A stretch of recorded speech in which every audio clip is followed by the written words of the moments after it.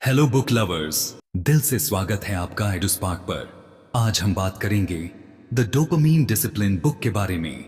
तो चलिए शुरू करते हैं chapter 1, the pleasure prison, how dopamine controls you से। मान लीजिए आप सुबह उठे और सबसे पहले फोन हाथ में लिया, नोटिफिकेशन खुले, सोशल मीडिया स्क्रॉल हुआ और अचानक दिमाग में हल्की सी खुशी की लहर दौड़ गई। यही है डोपामिन का खेल, वह छोटा सा केमिकल जो आपके हर छोटे काम के पीछे एक हिडन रिवॉर्ड सिस्टम बना देता है। सोचिए, जब आप एक एक करके रील्स देखते जाते हैं तो आपको लगता है कि आप बस टाइम पास कर रहे हैं, लेकिन असल में आपका दिमाग बार बार उस छोटी सी खुशी की खुराक के पीछे भाग रहा होता है। डोपामिन आपको बांध लेता है, जैसे किसी कैदी को धीरे धीरे जंजीर में बांधा जाता है। सच एक हाथ से है कि डोपामिन गलत नहीं है। यही केमिकल आपको खाने की इच्छा दिलाता है, काम करने की एनर्जी देता है और किसी दोस्त से मिलने पर मुस्कुराने का कारण बनता है। लेकिन समस्या तब होती है जब दिमाग को असली खुशी और नकली खुशी में फर्क समझ नहीं आता। आप सोचते हैं कि आप फ्री हो, लेकिन असलियत यह है कि दिमाग आपकी स्टीयरिंग पकड़ चुका है। कभी ध्यान दिया है, जब आप पढ़ाई करने बैठते हैं या कोई नया स्किल सीखना चाहते हैं, तभी अचानक बोरियत क्यों चढ़ जाती है और उसी समय फोन उठाना इतना आसान क्यों लगता है? यही है डोपामिन का इम्बैलेंस। आसान चीजें तुरंत खुशी देती हैं और मुश्किल चीजें डिलेड रिवॉर्ड लाती हैं। दिमाग उस चीज को चुनता है जो उसे तुरंत मिठाई खिला दे। यही वजह है कि बहुत से लोग घंटों गेमिंग, एंडलेस स्क्रॉलिंग या जंक फूड में खोए रहते हैं। असल में वे किसी बाहरी ताकत से मजबूर नहीं हैं, वो अपने ही प्लेजर प्रिजन में बंद हैं। दरवाजा बाहर से बंद नहीं है, उन्होंने खुद ही अंदर से ताला लगाया है। मुझे याद है, एक बार मैंने तय किया कि पूरे दिन फोन नहीं छूंगा। पहले 2 घंटे ठीक लगे, लेकिन फिर बेचैनी शुरू हो गई, जैसे कोई अंदर से खींच रहा हो। बार बार मन करता था कि बस एक बार चेक कर लूं। उसी पल समझ आया कि एडिक्शन हमेशा किसी सब्सटेंस से नहीं होता। कभी कभी ये इनविजिबल चेन होती है जो हम खुद अपने दिमाग पर डाल देते हैं। शायद आपके साथ भी ऐसा हुआ होगा। आपने सोचा होगा कि आज से हेल्दी खाना है या आज से जिम जाना है, लेकिन जैसे ही सीखे बोरियत आते ही आप खुद को वापस उसी पुराने पैटर्न में पाते हैं और फिर गिल्ट शुरू हो जाता है। यह गिल्ट, यह शर्म, यह एहसास कि आप कमजोर हैं। लेकिन असलियत यह है कि आप कमजोर नहीं, बस डोपामिन के खेल में ट्रैप्ड हैं। डोपामिन हर बार यह इल्यूजन देता है कि अभी वाला काम सबसे जरूरी है, और जब आप उसका पीछा करते हैं तो धीरे धीरे लॉन्ग टर्म गोल्स धुंधले पड़ने लगते हैं, जैसे जिंदगी में कोई बिगर पिक्चर ही न बची हो। यही कारण है कि बहुत से लोग कहते हैं कि उन्हें अपनी जिंदगी पर कंट्रोल नहीं लगता। असल में कंट्रोल खोया नहीं होता, बस टेम्पररीली हाईजैक हो चुका होता है। अब ट्विस्ट यह है कि इस जेल से निकलने की चाबी भी आपके ही पास है। आपको डोपामिन से लड़ना नहीं है, बल्कि उसे समझना है। जब आप जानते हैं कि आपका दिमाग आपको कैसे ट्रिक करता है, तभी आप सही चॉइस कर पाते हैं। हर बार फोन उठाने से पहले अगर आप खुद से पूछ लें, क्या यह मेरे लिए सच में जरूरी है, तो धीरे धीरे यह इनविजिबल चेन कमजोर होने लगती है। याद रखिए, डोपामिन को पूरी तरह खत्म नहीं किया जा सकता और करना भी नहीं चाहिए। असली बात यह है कि आपको तय करना है कि आप उसे कब फॉलो करेंगे और कब इग्नोर करेंगे। अगर आप सिर्फ इमीडिएट प्लेजर के पीछे भागते रहेंगे तो हमेशा शॉर्ट टर्म कंफर्ट में फंसे रहेंगे। लेकिन अगर आप थोड़ी देर की असुविधा झेलना सीख जाएं, तो बड़ा इनाम आपका इंतजार करता है। सोचिए, क्या आप सच में फ्री हैं? अगर आपके चॉइसेस हर बार उसी चीज पर टिकते हैं जो तुरंत खुशी देती है, या फिर असली फ्रीडम यह है कि आप खुद तय करें कि किस चीज को महत्व देना है। इस चैप्टर का सच यही है, आप किसी बाहरी जेल में नहीं, बल्कि अपने ही दिमाग की जेल में फंसे हैं, और उस ताले की चाबी आपके ही हाथ में है। फर्क बस इतना है कि क्या आप उसे इस्तेमाल करने का करेज रखते हैं या नहीं।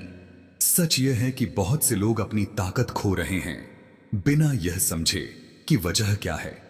बाहर से सब कुछ सामान्य लगता है, लेकिन अंदर एक धीमी तबाही चल रही होती है।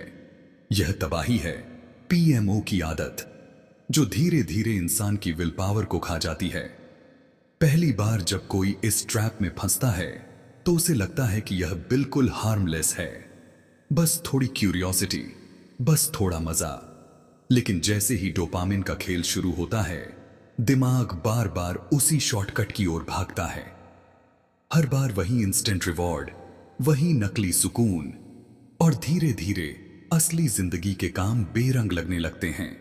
आप सोचते हैं कि आप इसे कंट्रोल कर लेंगे, आप कहते हैं बस आखिरी बार, लेकिन दिमाग पहले से ही ट्रेन हो चुका होता है। आपका फोकस, आपकी ऊर्जा, आपकी इच्छा शक्ति सब धीरे धीरे ड्रेन होने लगती है। यह एडिक्शन किसी शराब या सिगरेट से अलग नहीं है। फर्क बस इतना है कि यह दिखाई नहीं देता, न कोई बोतल, न कोई धुआं, सिर्फ आपकी सीक्रेसी। मुझे याद है एक दोस्त ने कहा था, यार मुझे लगता है मेरी जिंदगी रुक गई है। मैं कुछ भी प्लान करता हूं, लेकिन डिसिप्लिन टिकता ही नहीं। धीरे धीरे उसने एडमिट किया कि असली वजह पीएमओ थी। वह हर बार खुद को समझाता था कि यह नॉर्मल है, सब करते हैं, लेकिन अंदर ही अंदर उसे महसूस होता था कि उसका कॉन्फिडेंस खो रहा है, उसकी नजरें नीची हो रही हैं, और हर छोटी चैलेंज पर वह टूटने लगा है। असल समस्या सिर्फ एक्ट नहीं है, बल्कि वह डैमेज है जो आपकी विल पावर पर होता है। जब दिमाग बार बार इजी प्लेजर का आदी हो जाता है, तो मुश्किल कामों के लिए ऊर्जा बचती ही नहीं। दिमाग हर बार आसान क्लिक से त्वरित खुशी पा लेता है। ऐसे में उसे पढ़ाई, वर्कआउट या नया स्किल सीखने जैसी मेहनत भरी चीजें क्यों अच्छी लगेंगी। यही कारण है कि लोग कहते हैं, मैं कोशिश करता हूं पर डिसिप्लिन बनता नहीं। यह ट्रैप शांत रहता है, कोई बाहर से देख नहीं पाता, लेकिन धीरे धीरे असर अंदर से दिखने लगता है। सुबह उठते ही थकान, शीशे में देखते समय गिल्ट, और अकेले होने पर वही अर्जेस आपको खींच लेती हैं। पीएमओ की वजह से दिमाग सिर्फ आदत नहीं बदलता, वह अपनी वायरिंग तक बदल देता है। हर बार पीएमओ के बाद कुछ मिनट की राहत मिलती है, लेकिन तुरंत बाद खालीपन, शर्म और कमजोरी आती है। यही गिल्ट दोबारा साइकिल को ट्रिगर करता है। आप सोचते हैं शरीर दुश्मन है, लेकिन असली दुश्मन वह इल्यूजन है कि पीएमओ स्ट्रेस का समाधान है। सच यह है कि स्ट्रेस वहीं का वहीं रहता है, ऊपर से आपकी क्षमता और इच्छा शक्ति घट जाती है। यह ऐसा है जैसे सैनिक हर लड़ाई में हथियार फेंक दे, लेकिन ताकत खोई हुई चीज नहीं है। विल पावर एक मसल है। हर बार जब आप अर्ज पर नियंत्रण करते हैं, यह मजबूत होती है। हर बार गिरते हैं, कमजोर। सवाल सिर्फ यह है कि क्या आप फिर से उठने को तैयार हैं? आप किस तरह के इंसान बनना चाहते हैं? वह जो कमजोरी के आगे बार बार झुकता है, या वह जो धीरे धीरे अपनी ताकत वापस हासिल करता है? हाँ, मुश्किल है। विथड्रॉवल होगा, बेचैनी होगी, लेकिन यह अस्थायी है। यह संघर्ष आपकी जिंदगी का सबसे बड़ा निवेश है। एक बार आप इस जेल से निकलना सीख गए तो सिर्फ पीएमओ नहीं, हर दूसरी बुरी आदत पर नियंत्रण आसान हो जाएगा जो आपकी ऊर्जा चूसती है। पीएमओ सिर्फ समय की बर्बादी नहीं, यह आपकी नजर की चमक, आपके सपनों की आग और आपकी मानसिक ताकत को चुपचाप खत्म करता है। लेकिन यह लड़ाई हारी हुई नहीं है। सवाल सिर्फ यह है, क्या आप अपनी विल पावर रिक्लेम करने का पहला कदम उठाएंगे, या इस साइलेंट डिस्ट्रक्शन को ऐसे ही चलते रहने देंगे?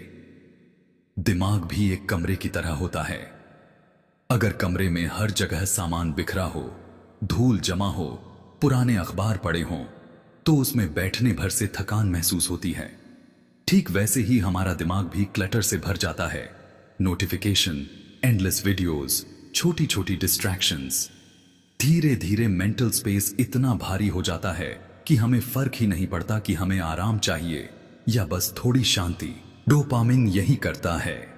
छोटी छोटी स्टिम्युलेशन दिमाग में लगातार धूल की तरह भरती रहती हैं और हम मानसिक रूप से थके रहते हैं बिना वजह समझे हुए। जब भी आप छोटी छोटी खुशियों के पीछे भागते हैं तो दिमाग थोड़ा और गंदा हो जाता है। वह साफ कमरा जो आपको फोकस, क्लैरिटी और शांति दे सकता था, धीरे धीरे बिखरने लगता है।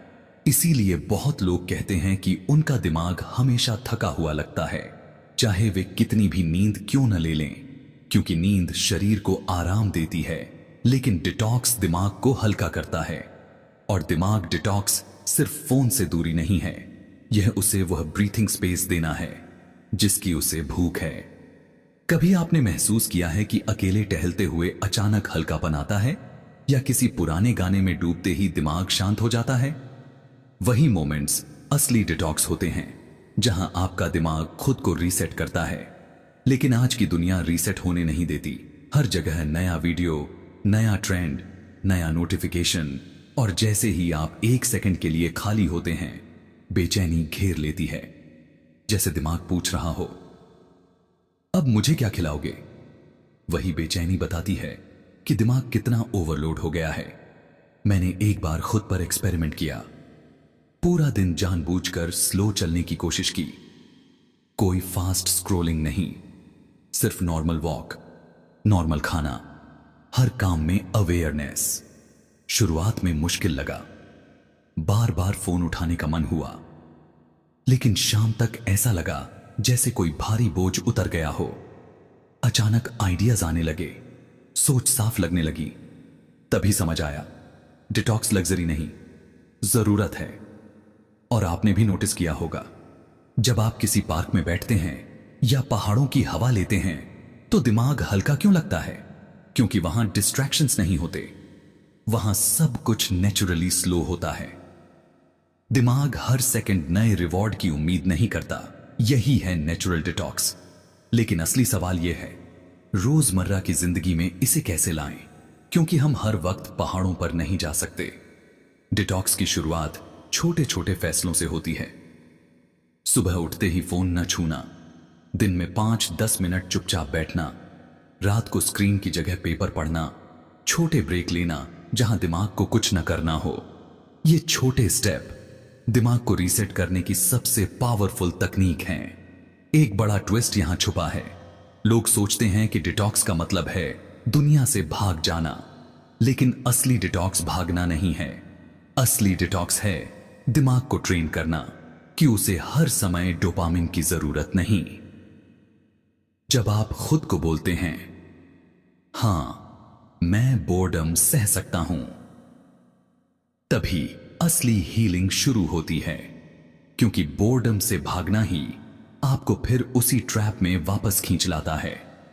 और जब दिमाग साफ होता है, आप बेहतर सोचते हैं, निर्णय आसान लगते हैं, छोटी चीजों में खुशी मिलती है।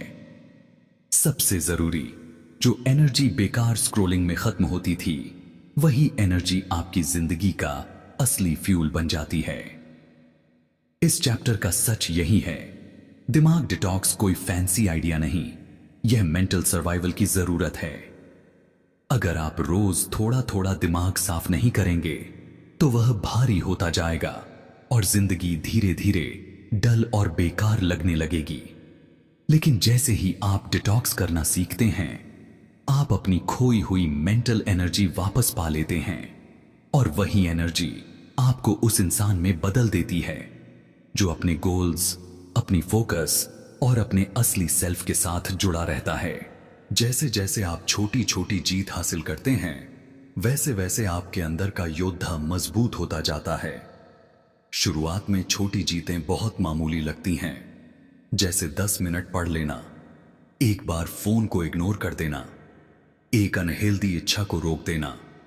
लेकिन यही छोटी छोटी जीतें मिलकर आपके भीतर एक नई पहचान बनाती हैं। यह पहचान है उस इंसान की जो अपने फैसले खुद लेता है, जो अपनी दिशा खुद तय करता है। धीरे धीरे आप नोटिस करेंगे कि आपकी इच्छाएं अब आपको घसीट नहीं पाती, पहले जो चीजें आपको कंट्रोल करती थीं, अब उन्हीं पर आपका कंट्रोल बनने लगता है। और यही असली फ्रीडम है, बाहरी दुनिया से नहीं, अपने अंदर से आजादी। डिसिप्लिन का एक अजीब साइड इफेक्ट होता है। जैसे जैसे आप मजबूत होते जाते हैं, जीवन आसान लगने लगता है। चीजें पहले जितनी भारी नहीं लगती, पढ़ाई बोझ नहीं लगती, वर्कआउट स्ट्रगल नहीं लगता, और गोल्स दूर नहीं लगते, क्योंकि अब आपके अंदर वह ताकत जाग चुकी होती है जो आपको आगे धकेलती है, पीछे नहीं खींचती। लोग अक्सर कहते हैं कि मोटिवेशन चाहिए, सही माहौल चाहिए, सही टाइम चाहिए, लेकिन सच्चाई यह है कि योद्धा बनने के लिए बस एक चीज चाहिए, एक बार किसी इच्छा को ना कहना, बस एक बार। उसी एक जीत से अगली जीत आसान हो जाती है, और फिर आप खुद को बदलते हुए देखते हैं। एक दिन ऐसा आता है जब आप पीछे मुड़कर देखते हैं और सोचते हैं, मैं वही इंसान हूं जो कभी अपनी इच्छाओं के आगे हार जाता था।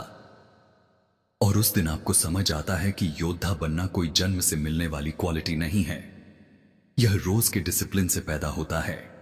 इस चैप्टर की सच्चाई यही है, डिजायर आपको कमजोर बनाती है, डिसिप्लिन आपको अजेय बनाता है, और आपका इनर वॉरियर वही है जिसे आप रोज अपनी छोटी छोटी जीतों से ट्रेन करते हैं। जब आप अपनी इच्छाओं पर लगाम लगाना सीख जाते हैं तो जिंदगी सिर्फ चलती नहीं, दौड़ती है। और सबसे खूबसूरत बात, आप खुद अपने कहानी के हीरो बन जाते हैं। आपका मूड, आपका फोकस, आपकी प्रोडक्टिविटी सब धुंधला हो जाता है। लेकिन जैसे ही आप अपने दिमाग की इस भीड़ को साफ करने लगते हैं, वैसे ही एक एक करके सारी चीजें अपनी जगह पर बैठने लगती हैं। क्लैरिटी का मतलब यह नहीं कि आपको भविष्य का पूरा नक्शा दिखे। क्लैरिटी का मतलब है कि अभी इसी पल आपका अगला कदम क्या होना चाहिए, यह साफ दिखे, और यही साफ कदम आपकी पूरी लाइफ बदल देते हैं। बहुत लोग सोचते हैं कि उन्हें मोटिवेशन की कमी है, लेकिन सच यह है कि उन्हें दिशा की कमी है। जब दिशा साफ होती है तो एनर्जी खुद ही पैदा होती है। आप खुद को पुश नहीं करते, आपका विजन आपको खींचता है। क्लैरिटी पाने का दूसरा स्टेप है अपने दिमाग को शांत करना, क्योंकि शोर में कोई भी आवाज साफ नहीं सुनाई देती, और आपका इनर वॉइस भी। यही कारण है कि मेडिटेशन, जर्नलिंग या बस थोड़ी देर अकेले बैठना, यह सब सुपर पावर की तरह काम करते हैं। वे आपको खुद के अंदर झांकने देते हैं, और अंदर झांक कर ही हम समझ पाते हैं कि हमें क्या चाहिए और क्या बस दूसरों से उधार लिया हुआ सपना है। क्लैरिटी का तीसरा स्टेप है कटिंग द नॉइज। हर चीज को बराबर महत्व देना मूर्खता है। जब आप हर आवाज सुनने की कोशिश करते हैं तो अपनी आवाज खो देते हैं। इसलिए जरूरी है कि आप तय करें कि आपके लिए वास्तव में क्या मायने रखता है। कौन सी चीजें आपकी लाइफ आगे बढ़ाती हैं और कौन सी सिर्फ आपका ध्यान खाती हैं।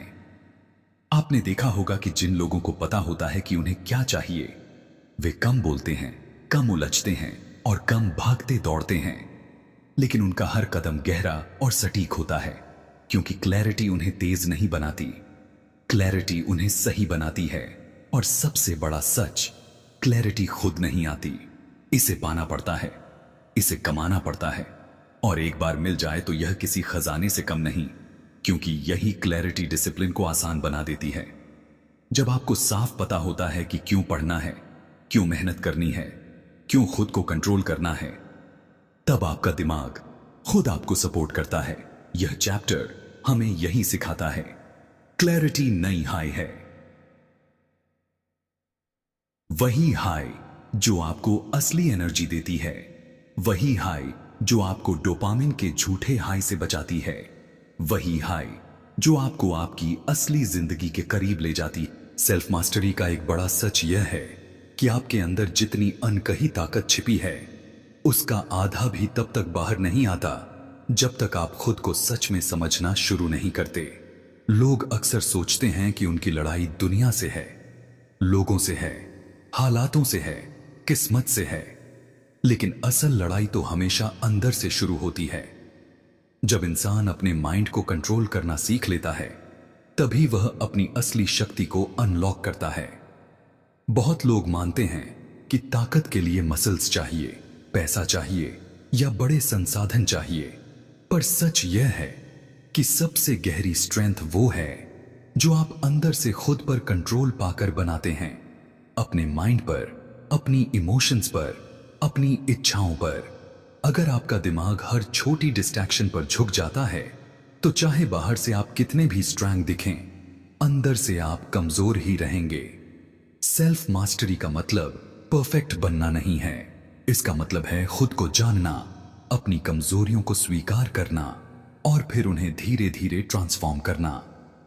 जैसे एक मूर्तिकार पत्थर को काट काट कर, घिस घिस कर एक मूर्ति बनाता है, ठीक वैसे ही आप खुद को शेप करते हैं। यह प्रोसेस आसान नहीं होता। इसमें दर्द है, गिरना है, खुद से लड़ना है, लेकिन हर बार जब आप उठते हैं, आप और मजबूत बनते जाते हैं। मुझे एक लड़का याद आता है, छोटा सा ट्रिगर और उसे इतना गुस्सा आ जाता कि वह रिश्ते तोड़ देता, चिल्लाता, बाद में घंटों गिल्ट में डूब जाता। उसे लगता था कि उसकी प्रॉब्लम लोग हैं, लेकिन सच यह था, उसकी लड़ाई उसके माइंड से थी, दूसरों से नहीं।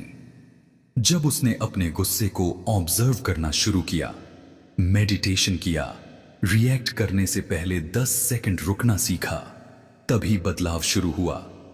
धीरे धीरे गुस्सा कम हुआ, सोच साफ हुई और उसकी लाइफ बदलने लगी।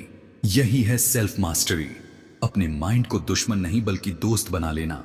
आपने भी महसूस किया होगा, जब आप किसी अर्ज को हरा देते हैं, किसी टेम्पटेशन को स्किप करते हैं, किसी कमजोरी पर काबू पाते हैं, तो अंदर एक अजीब सी गर्माहट उठती है, जैसे अंदर का योद्धा जाग गया हो।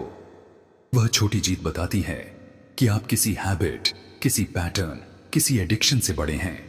और जितनी बार आप खुद पर जीतते हैं, उतनी बार आपकी स्ट्रेंथ दुनिया के सामने भी दिखने लगती है।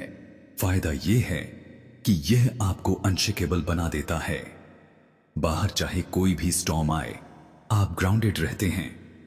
कोई इंसल्ट करे, कोई प्लान फेल हो जाए या किसी रिश्ते में चोट पहुंच जाए, अगर आपने अपने माइंड को कंट्रोल करना सीख लिया है, तो आप टूटते नहीं। आप बस अडेप्ट करते हैं और आगे बढ़ते हैं। यही वह क्वालिटी है जो लीडर्स को बाकी लोगों से अलग करती है। एक ट्विस्ट यह है, सेल्फ मास्टरी का मतलब इमोशंस को दबाना नहीं है। इसका मतलब है उन्हें समझना और सही दिशा देना। अगर आपको डर लग रहा है, तो उसे इग्नोर करने से वह बढ़ेगा, लेकिन अगर आप उसे ऑब्जर्व करते हैं और फिर एक्शन लेते हैं, तो वही डर आपकी ग्रोथ का फ्यूल बन जाता है। इसी तरह अगर कोई इच्छा आपको खींच रही है, तो उसे दबाने की जगह उसे रीडायरेक्ट करना सीखिए। यही कला आपको धीरे धीरे अनस्टॉपेबल बनाती है। सोचिए, अगर आपके पास यह ताकत हो कि कोई भी टेम्पटेशन, कोई भी स्ट्रेस या कोई भी फेयर आपको कंट्रोल न कर सके, तो आपकी जिंदगी कितनी अलग होगी। आप सिर्फ सरवाइव नहीं करेंगे, आप थ्राइव करेंगे। आपकी एनर्जी सही दिशा में बहेगी, आपके गोल्स क्लियर रहेंगे और आपका कॉन्फिडेंस नेचुरल लगेगा। इस चैप्टर का सच यही है, स्ट्रेंथ बाहर से नहीं आती, स्ट्रेंथ सेल्फ से आती है। जब आप खुद के मालिक बन जाते हैं, तभी आप दुनिया के सामने खड़े हो सकते हैं। और यह जर्नी किसी और के लिए नहीं, सिर्फ आपके लिए है, क्योंकि जीत भी आपकी होगी और हार भी आपकी होगी। अब मैं आपसे एक सवाल पूछना चाहता हूं, क्या आपने कभी ऐसा मोमेंट महसूस किया है जब आपने खुद पर काबू पाया हो और अंदर से एक अजीब सी ताकत जागी हो? कमेंट में जरूर लिखिए, क्योंकि आपकी कहानी किसी और को भी इंस्पायर कर सकती है। और अगर आप चाहते हैं कि यह जर्नी आपके साथ बनी रहे, तो वीडियो को लाइक और चैनल को सब्सक्राइब कर लीजिए, क्योंकि यहां हर वीडियो आपको वह क्लैरिटी और ताकत देगा जिसकी आपको जरूरत है। आपकी ग्रोथ की यह लड़ाई अभी शुरू हुई है और मैं चाहता हूं कि आप इसे जीतें।